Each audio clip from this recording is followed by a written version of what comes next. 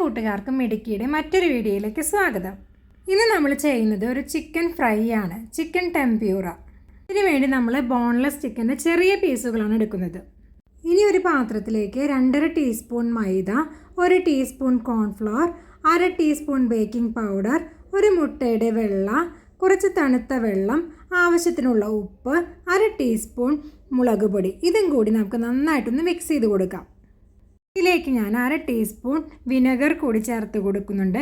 എല്ലാം കൂടി മിക്സ് ചെയ്ത് നമുക്കതിലേക്ക് ചിക്കൻ പീസ് കൂടി യോജിപ്പിച്ച് കൊടുക്കണം.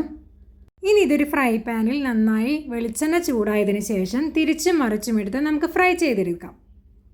വളരെ ടേസ്റ്റി ആയിട്ടുള്ള ഒരു ചിക്കൻ ഫ്രൈ ആണിത്. പേര് കേൾക്കുമ്പോൾ നമുക്ക് കുറച്ച് ബുദ്ധിമുട്ട് തോന്നുമെങ്കിലും ഉണ്ടാക്കാൻ വളരെ ഈസിയാണ്.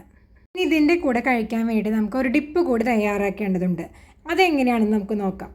ഒരു പാത്രത്തിൽ നമുക്ക് 1/2 കപ്പ് ഫ്രഷ് ക്രീം ചേർത്ത് കൊടുക്കാം. അതിലേക്ക് 1 ടീസ്പൂൺ നാരങ്ങ നീരും ആവശ്യത്തിനുള്ള ഉപ്പും കൂടി ചേർത്ത് നന്നായിട്ടൊന്ന് മിക്സ് ചെയ്ത് കൊടുക്കാം. ഇനി ഇതിലേക്ക് കുറച്ച് മല്ലിയില അരിഞ്ഞത് കൂടി ചേർത്ത് കൊടുക്കണം. ഒരു പാനിൽ 1 ടീസ്പൂൺ ബട്ടർ ചേർത്ത് അതിലേക്ക് 2 ടീസ്പൂൺ വെളുത്തുള്ളി അരിഞ്ഞത് കൂടി ചേർത്ത് കൊടുത്ത് നന്നായിട്ടൊന്ന് മൊരിയിച്ചെടുക്കണം.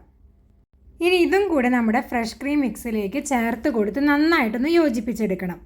ഇപ്പോൾ നമ്മുടെ ചിക്കൻ ഫ്രൈയുടെ കൂടെ കഴിക്കാനുള്ള ഡിപ്പ് കൂടി തയ്യാറായിട്ടുണ്ട്. വളരെ ടേസ്റ്റി ആയിട്ടുള്ള ഒരു ഡിപ്പും ചിക്കൻ ഫ്രൈയുമാണിത്.